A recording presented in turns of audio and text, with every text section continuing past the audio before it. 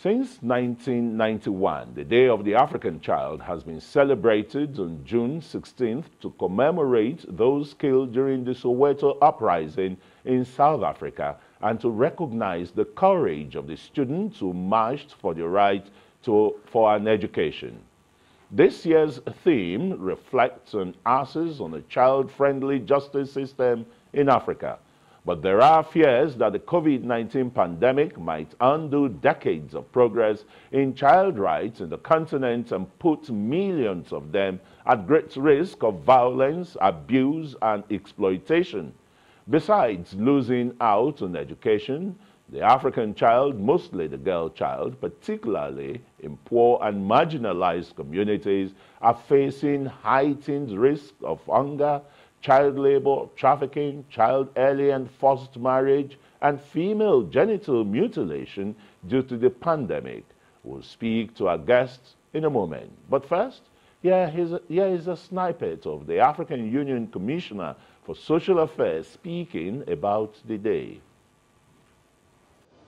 16 June represents one of the most important days at the African Union. It is the Day of the African Child. Inspired by the young boys and girls who were killed on the 16th of June 1976, a student uprising in Soweto, South Africa. The day represents the children of Africa and their aspirations and convictions, celebrating the resilience that the then young protesters demonstrated against the apartheid, inspired and poor quality education. The day represents the power of children in making social and political changes possible. While celebrating the brave action those children took to claim their right, the day also calls for serious introspection and commitment towards addressing the numerous challenges facing children across the continent.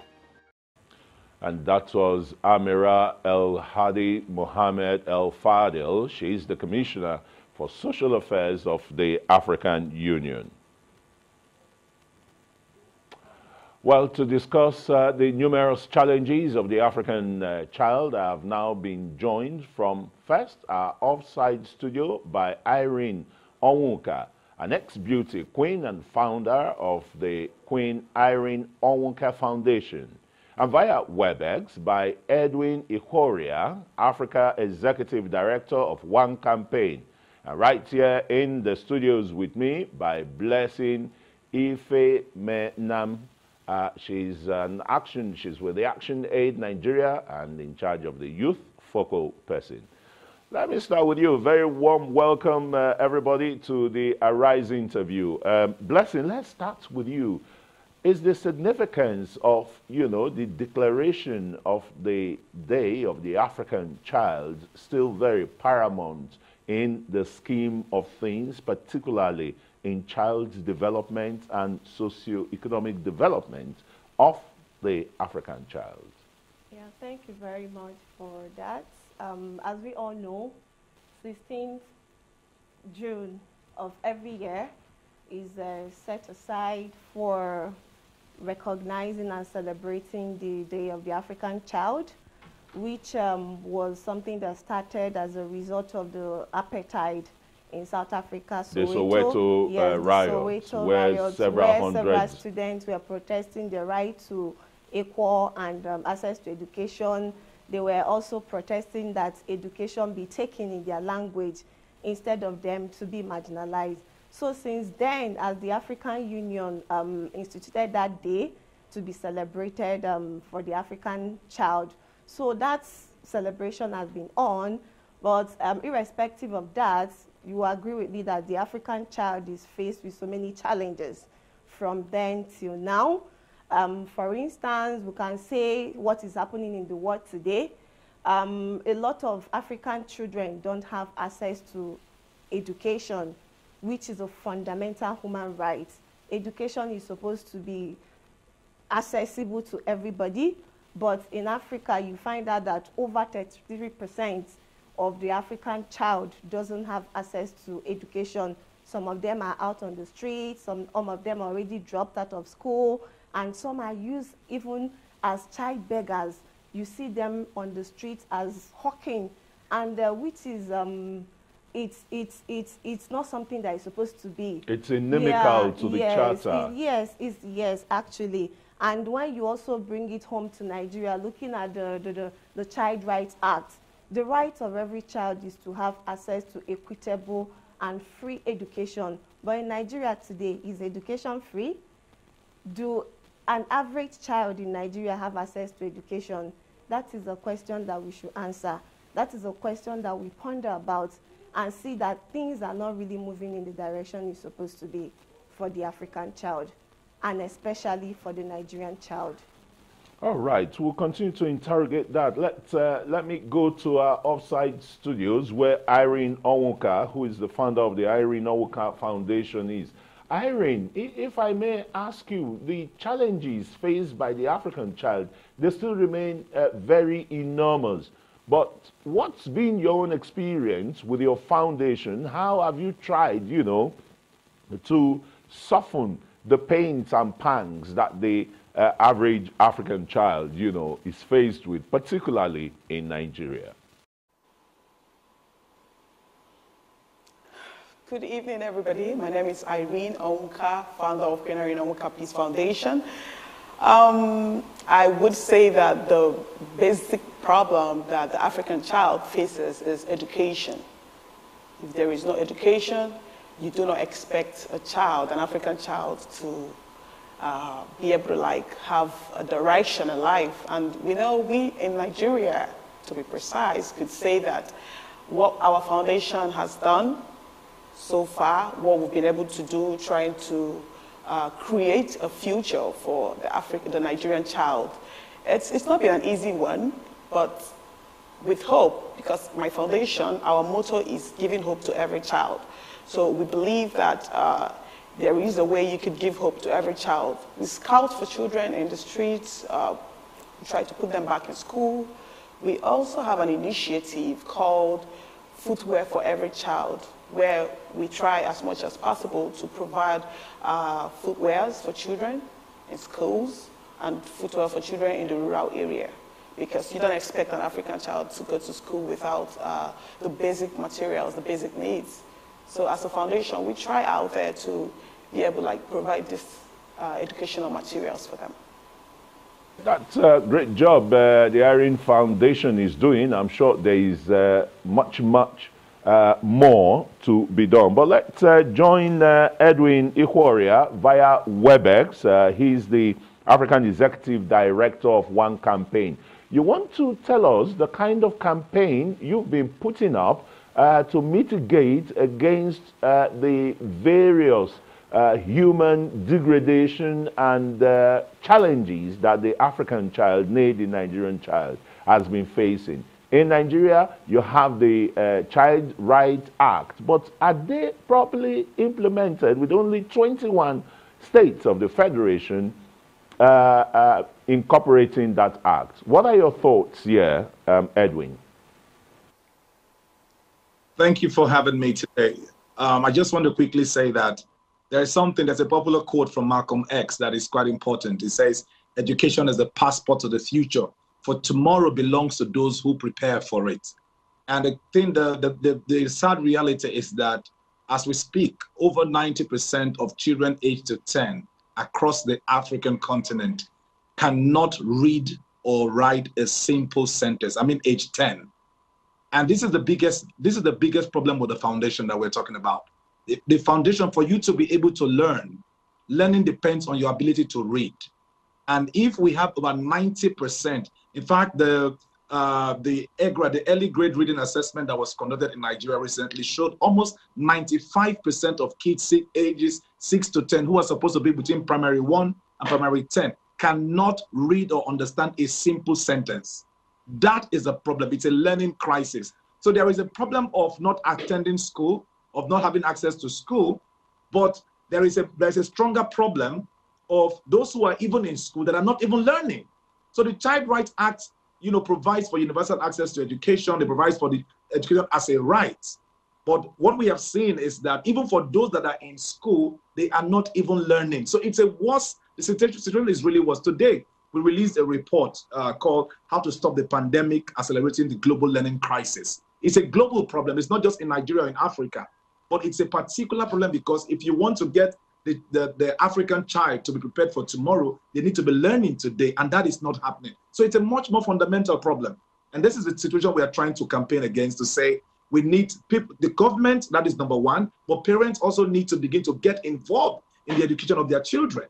Otherwise, the Day of the African Child will just be a celebration, it will just be a commemoration, but the essence of that commemoration will be lost if our kids are not learning in the schools. That is my quick take on that, in that aspect. Edwin, staying with you, don't you think that the day is, has often been lost? Because when you look at the statistics of globally, children out of school, we're talking of over 20 million, and you have about half of that living in sub-Saharan Africa. And be sure that Nigeria has the highest total of that number. In 1 minute, please. So that is true. So out of school is fine. But right now, let's not even talk about the crisis that we're facing today. The first is that because of COVID-19 and the lockdown, over 1.6 billion children are out of school as we speak at this moment. So there is a problem of the global number of people that are out of school, and Africa and then Nigeria particularly having a disproportionate share of that. That is the case. But if we think about the different, the structural barriers to access, that is the biggest issue we want to really consider. First of all, it's about one, are the schools even available? That's number one. Number two is that for those that are available, are the parents able? Do they even appreciate the value of education? Are there cultural barriers to education? And this particularly affects girls. And so if you deal with the structural barriers for girls and boys accessing education, in terms of the infrastructural deficit, in terms of the deficit in terms of the teachers that are available. Edwin, let me put you on pause briefly because we want to take some messages when we return.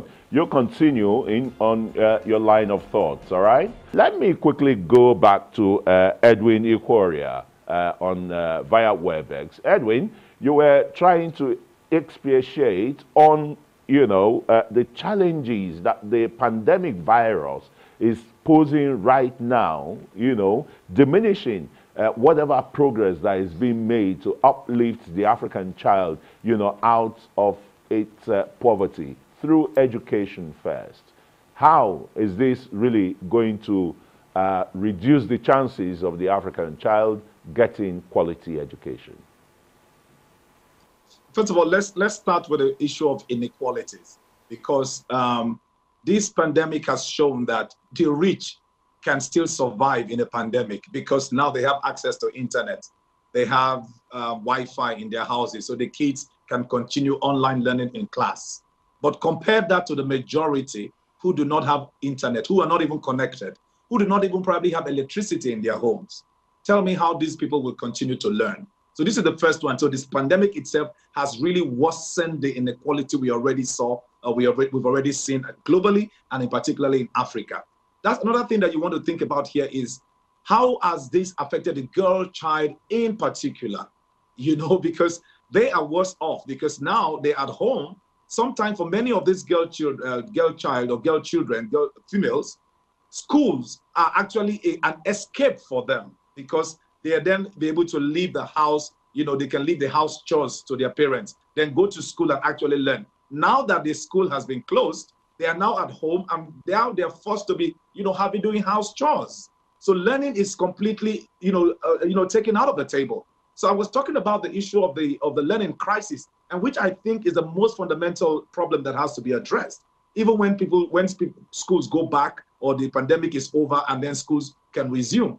So this is the challenge we have here. I was talking about the structural barriers, the infrastructural barriers, the cultural barriers to education. There are some cultures right now, even in Nigeria, where a girl going to school is seen as, inimical to their own development, spiritual development. And this is a problem. And so unless we begin to unwind and rethink how we approach education, first of all, from the behavioral mindset, then to the policy side, where we need to finance and prioritize education, especially for the poor and vulnerable who cannot afford private education. That is when we begin to see the real progress we want to see. Otherwise, COVID is just showing up that we are not built for resilience. Our kids are not prepared for tomorrow. If this thing happens, if this continues, we will be having real challenges in the future of Nigeria. Challenges indeed, they are really enormous. Okay, let's speak to Irene. Irene, you have a foundation, and just as Edwin has enumerated, the pandemic is now going to even impose more hardship, more difficulties for the girl child or for the African child to access education. What will, you know, your own foundation, like others, be doing to mitigate the effect of this pandemic virus? Irene? Yes, I'm with you. Well, I would agree with practically about everything Mr. Edwin said. You could just imagine it in the both ways. Like right now, the rich, like he said, their children have Wi-Fi in the house, they have computers, they have lights, and practically like a rich man's child is probably has a way he is studying, or he has something that he's doing. Now let's think about it in the poor man's side. What are they doing? What are these children out there doing? Now, you can imagine a system where education is not even as strong as it should be, and then you find out that the pandemic has practically like crippled the education system, like crippled the children. What are they going to be doing? What do you expect them to do? They won't do anything because they don't have the materials. They don't have they don't have the access to further their education. So right now, as a foundation, what we do, I'm also a writer.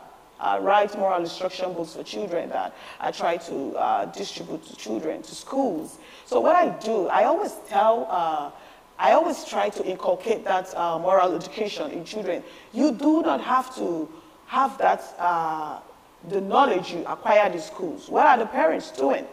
You know, in the modern world right now, what parents do is they all believe that their children, every knowledge they have to acquire it in school.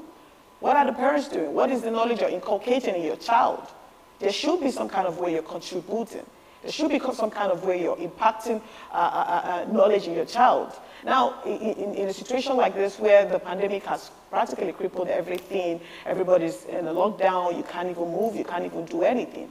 Now, these children are practically not doing anything at home. They're all frustrated right now in their home. So imagine what a girl child is facing. The knowledge they get from the school shouldn't be only what they should be dependent on. What is the knowledge their parents are giving them? Can they go back to their books and read their books? Can they depend on their books? Mr. Edwin said something about right now the girl child with the knowledge they're getting from school. Right now they probably go back to their chores. Doing the chores is not bad. I mean, that's what you should do. But aside that, are the children supposed to be reading probably with their books, or are they supposed to fall back on the knowledge they already had acquired? So we as a foundation, we try to still go out there to educate the children. As we believe that parents should also take this time to also have that time to bond with their children, educate them more. They don't have to be dependent on what they've learned from the school. What is the parents also inculcating in their children? All right, Irene, would find out more on that and what both government and civil society is doing. Blessing, the concentration, yes, is on education, but still theoretical.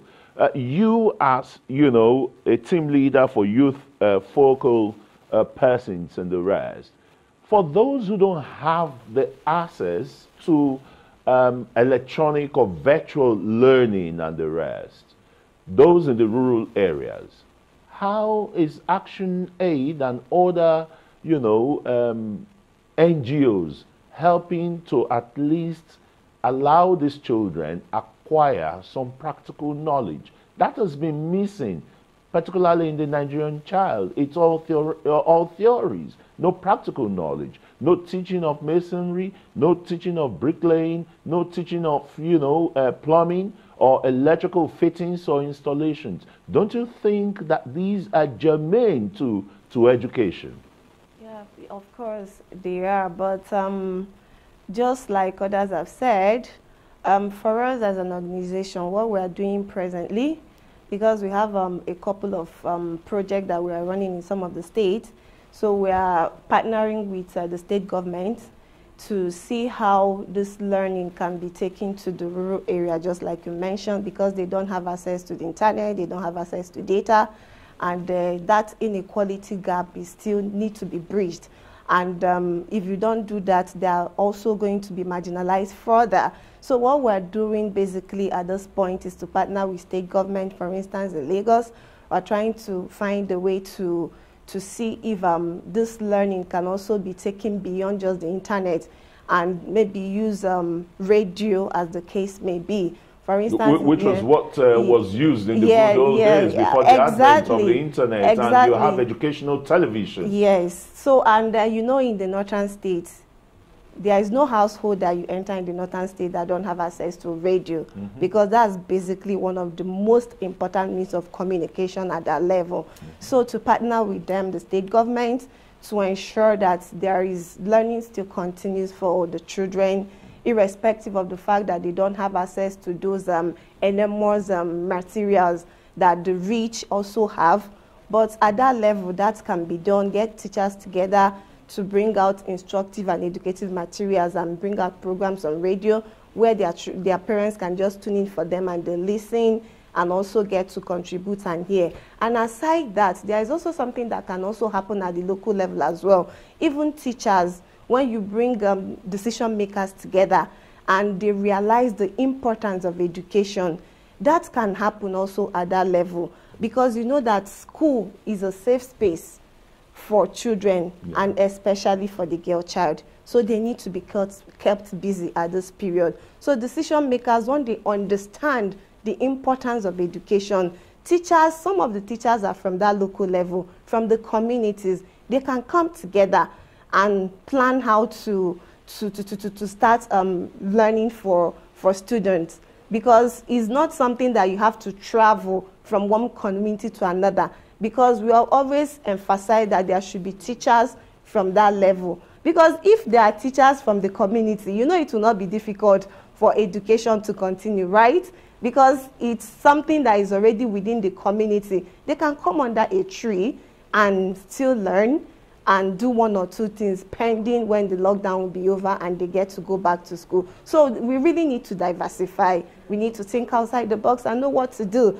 Because while we are waiting and something is not done, that inequality will still be there. And the marginalized children will still be, because when they go back to school, we don't know when, you find out that they didn't learn nothing. Nothing. And that again would further impoverish and put them at a disadvantage. Exactly. Edwin, one of the several problems the African child faces is that of either early marriage, genital mutilation, as in the girl child, and sexual abuse, rape, which is on the spike in Nigeria.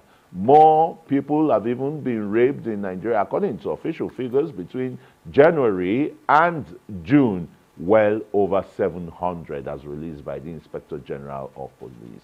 This is again, these are again factors mitigating against the development of the African child, especially the girl child. Edwin? Yes, thank you very much. And I think this is one of the most difficult conversations that we've not had, you know, particularly in Nigeria, but also around the African continent. Again, I would say the COVID-19 just basically showed up and it just exacerbated the whole problems that we've seen. So with the incidence of rape cases showing up, not just even the rape, it's also the violence that comes with it. You know, it has really shown how, you know, susceptible we are to these, you know, really difficult conversations. And now, the first thing I wanted to ask is that with the Child Rights Act, you know, since it was passed, and unless we get a total adoption by all states, a universal adoption by all states in Nigeria, we will continue to have, you know, this, you know, haphazard implementation. But when we look at the specific issue of violence against children, in fact, violence against women generally, not just children, it has reached a point where we have to come hard, from the policy side. We have to come hard in terms of, how do you deal with not just the victims, but how do you deal with the perpetrators? There is just no excuse. But how do you increase surveillance? How do you increase protection for the girl child, right? Now, for those who have become victims, what are in place? What should be in place, to get them justice, number one, but to also get them to be rehabilitated because they've been mentally abused. So apart from the violence that comes from, sexual violence, look at the violence that comes from cultural norms. Like, you just mentioned it, female genital mutilation.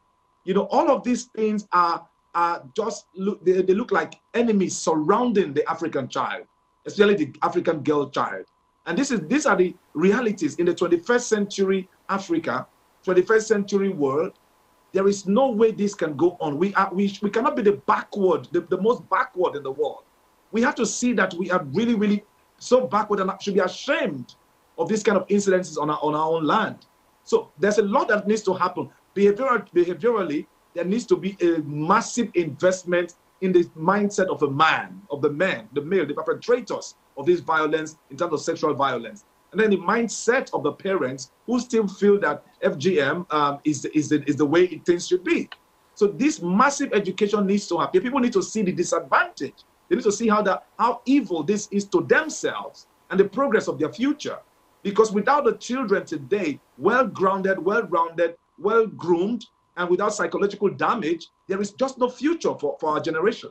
So these are the issues that we are discussing now that is really, really pathetic. Irene, let's come to you in our offsite studios. Tell us, how can NGO, or how have they been helping, to bridge and educate the people, particularly against girl-child marriage? That is one big problem in most African society, a very big problem in Nigeria as well. Oh, okay. I could remember sometime a few years ago when we had one of the leaders in the legislature talking about the girl child and the early marriage and all that. It is really, really wrong. A girl child, let me put myself in that situation. Me getting married at the age of 12, me getting married at the age of 8, that sounds very ridiculous. Like, who does that? I believe there are a lot of NGOs out there who have been an advocate of this eradication of girl-child marriage and all that, but it seems like this is like a norm that can't just disappear. There are a lot of NGOs there that have been advocating. There are a lot of NGOs out there that have been educating the children about this, but it's not even about how much you talk, it's how much implementation, how much action that should be taken. Is how much action that should be taken. A girl child should have the mindset of going to school and not a mindset of getting married. Okay, there was this other story at sometime early last 2 years that made it viral about a man who got married to a girl from the north and took her to the east. I mean, you got married to a girl, the family is not aware of it, you took the child, because I think that was also like an adoption. You literally adopted this young girl.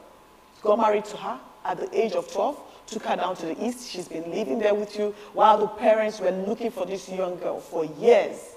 How do people even do this? I think the government should come up with some kind of law that is very severe. Let them put a stop to a girl child. A girl child should think about how to go to school. If you build up a girl child, you build up a nation. A girl child shouldn't be like, you shouldn't subdue a girl child to a small girl to get married at that age. What does that girl know? That girl doesn't know anything. That girl is thinking of how to grow, to have a better future, to grow, to be something in the future, and you are getting a little girl married to someone who is old. A lot of NGOs, even my NGOs, we advocate for a girl child a lot. We talk about how to teach children, a girl child, how to use pads. We talk about how to fight against adoption, fight against sexual harassment and all that. But it's not enough. It's not enough. You can't talk and talk and talk, and there is no implementation of law that says, put a stop to this. So when there is a law, you'll see there will be a change. Land there, Irene. Let me turn to Blessing. I mean, with the ActionAid and the youth focal person.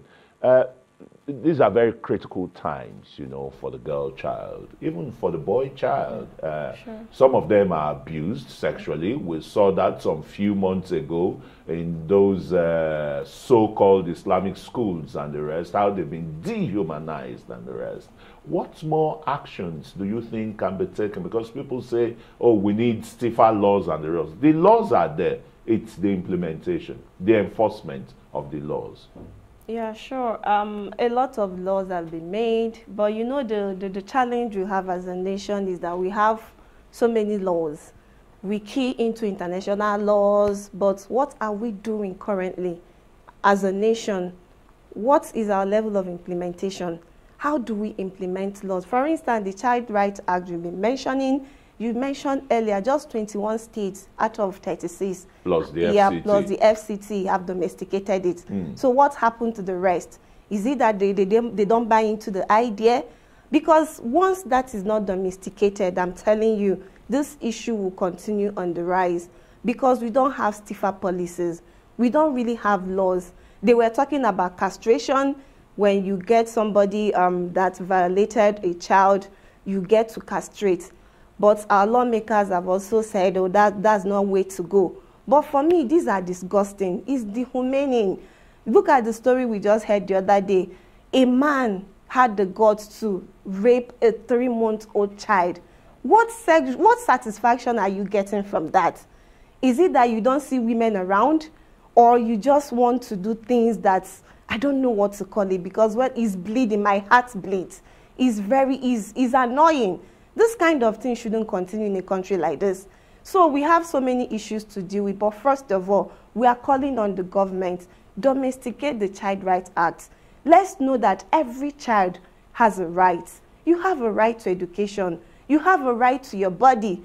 You will say it's the way you are dressed. A 3-month-old baby, was he dressed? Was he sexually dressed? Or you might say, because if you come to the street, people are talking, you have to dress properly. Yes, we want to dress properly. But what about the 10-year-old child, 2-year-old child? What do they know? That still wear clothes and you carry them and rape them in their parents' houses. This is uncalled for. And mind you, you know, the people that perpetrate this act are not even far from the neighborhood. They are not far from the family. I had a case of one girl that I met sometime in the past. She was crying. What was the issue? Because her father's cousin that was staying with them constantly raped her every night, and she couldn't talk because of this culture of silence. So a lot needs to be done. By Blessing Ifemenam. Right. Edwin, let me come to you again, Edwin, because we've talked about some of the disadvantages, you know, plaguing the development, the socio-economic growth of the African child. We've not talked about health, which, you know, is still a mirage for them to get. The health of, the good health of any nation is, you know, said to be the wealth of a nation. How well has the African continent, nay Nigeria, taken care of its children? I mean, under the age of 18. Because we hear of free education, which is never free. We hear of free health care, which at the primary level is non-existent. You still have to pay for your medications and consultations and the rest. What are we not doing right, Edwin? Okay, first of all, I think it's about the priorities of the policy and political priority. For every government that comes into power, the key promise they give are things that you can see. Many of them infrastructural promises. Okay, we will construct this bridge and construct that road. Even when you look at the zonal intervention project, people are looking about water and borehole and all of those things that people can see. A key element that people don't, that is not politically, you know, appealing is when you say you will give health. You know, people will be healthy. You know, people look at you and think, is this all you want to do? And so politicians, it's not a very, politically palatable promise to make. So that is number one. One of the reasons why we say health is not a politically sexy topic, to deliver. And so it becomes easy to just ignore and move on. And that is the reason why the child that is supposed to be the center of this. As usually you see that our health budget or health expenditure usually is out of pocket. But again, majority of the spending in the public space is also coming from donors, instead of the political class allocating as much as it were. And that's why we are seeing the repercussion today, because COVID is here and everything crumbles. Everybody's running helter-skelter. Economy is shut down. And so when we advocate for health and access to healthcare services, we fought for the Basic Healthcare Provision Fund for several years as one campaign, as well as a whole coalition of CSOs in Nigeria, to get the Basic Healthcare Provision Fund, which was passed into law since 2014, to even get that implementation to start. Took another set of advocacy to get it to start. The Primary Healthcare Development Agency that is supposed to be responsible for primary healthcare delivery, overseeing primary healthcare delivery, in all, overall, is working so hard fighting for access to vaccines for all children, But again, look at that. Unless we put our own investments in this sector, in the vaccines, which is the biggest, which is the easiest, that helps to prevent further diseases down the line for the child, we still rely on external funding, external donors. The last time we were counting, about 7,000 children are born every day in this country.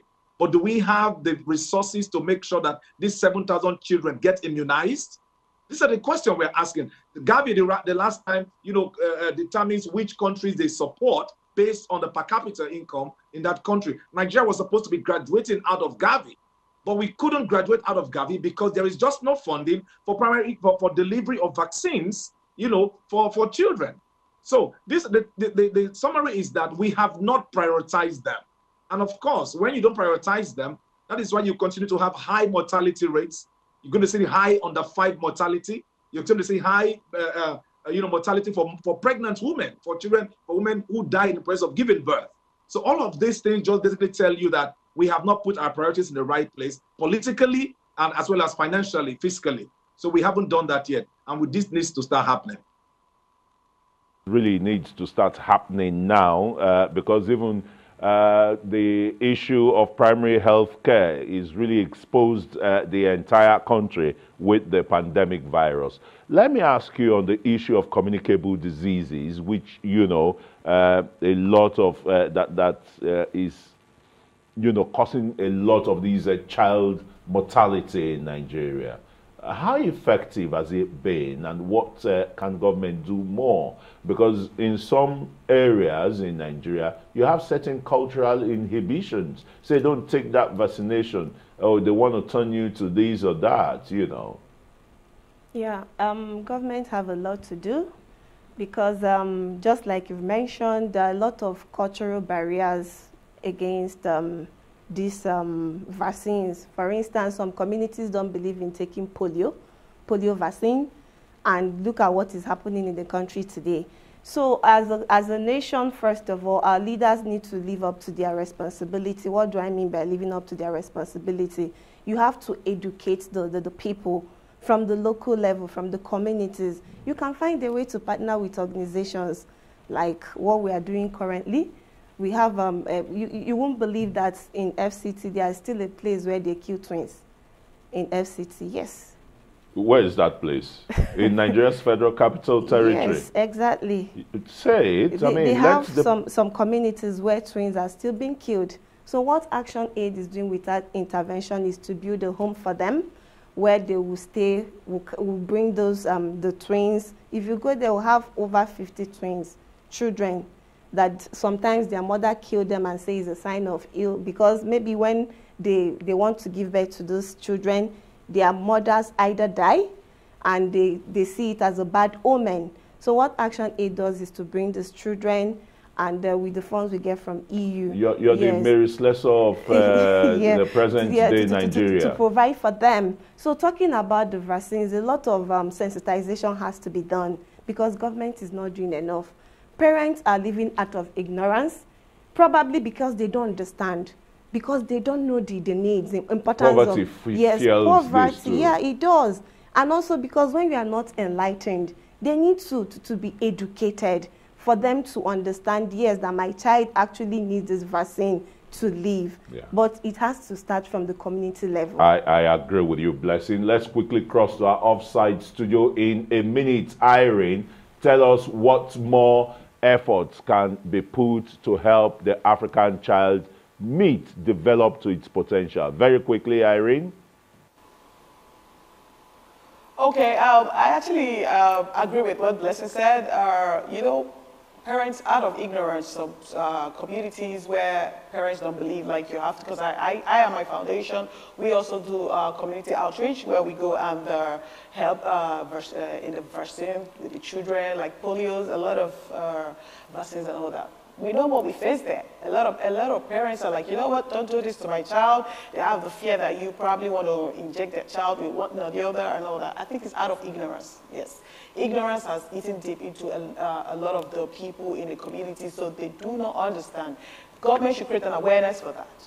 A lot of foundations are coming out and speaking, probably because they want to believe more on what the government has to offer. If the government is not touching the area where people... All right, Irene, I know there is so many issues, you know, to interrogate on the program, but let's take a final word from Edwin via WebEx. Edwin, very quickly in a minute, tell us what more can government and the people do to alleviate the challenges of the African child? Quickly. First, I think quickly, the first is that we need to protect the funding for education. We need to protect the funding for health. We should not lose sight of the impact of these two key sectors because we are facing a COVID. So right now, protecting existing budget for both health and education, putting the child at the center of all of our policies. Thank you. Thanks so very much, Edwin Ikuoria has been with us via WebEx, and we appreciate you coming to, talk about the African child, as well as Queen Irene Onwuka of the Irene Onwuka Foundation. She's been in our offsite studio. Thanks very warmly for being part of the program. And Blessing Ifemenam, I had to, deliberately get that one right. She's the youth focal person of ActionAid. Thanks very much. Thank you for having me. And that's it for this edition of the Arise interview. To join us again tomorrow from me, Christian Nogodo, and the entire team here in Abuja. Goodbye, and thanks for watching.